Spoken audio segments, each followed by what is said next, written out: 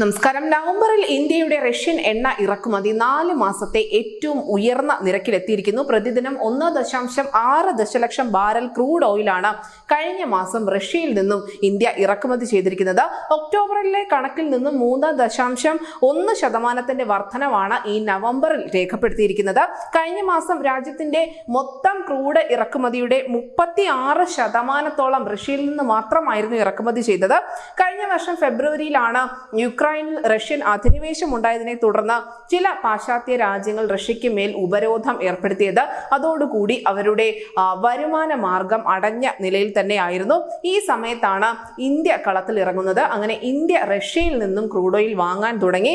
ഈ crude oil ആവട്ടെ വലിയ കിഴിവിലാണ് റഷ്യ ഇന്ത്യക്ക് നൽകിയത്. ഇതോടുകൂടിയാണ് റഷ്യ ഇന്ത്യയുടെ പ്രധാന ക്രൂഡ് ഓയിൽ വ്യാപാര പങ്കാളിയായി മാറുന്നത്. എന്തായാലും റഷ്യൻ എണ്ണയുടെ ഉയർന്ന വാങ്ങൽ ഇന്ത്യയിലേക്കുള്ള ഗൾഫ് രാഷ്ട്രങ്ങളുടെ ഇറക്കുമതിയിൽ വലിയ ഇടിവ് രേഖപ്പെടുത്തിയിട്ടുമുണ്ട്. ഇന്ത്യയുടെ നവംബറിലെ എണ്ണ ഇറക്കുമതിയിൽ മിഡിൽ ഈസ്റ്റിൽ എണ്ണയുടെ ആകെ വിഹിതം ഒക്ടോബറിലെ 48% താരതമ്യം ചെയ്യുമ്പോൾ ഏകദേശം 46%. നമുക്കറിയാം, സൗദി അറേബ്യ ഉൾപ്പെടെ ഒപെക്കിൽ ഉൾപ്പെട്ട രാജ്യങ്ങൾ ഉൽപാദനം കുറച്ചുകൊണ്ട് വില കൂട്ടാനുള്ള ചില സമ്മർദ്ദ തന്ത്രങ്ങൾ പ്രയോഗിക്കുന്ന തിരക്കിലായിരുന്നു. ഇതിനെയൊക്കെ ഇന്ത്യ നേരിട്ടിരിക്കുന്നത് റഷ്യയുമായുള്ള വ്യാപാരം കൂടുതൽ വർദ്ധിപ്പിച്ചുകൊണ്ടും അതിനോടൊപ്പം തന്നെ പുതിയ വ്യാപാര പങ്കാളികളെ കണ്ടെത്തിക്കൊണ്ടുമാണ്.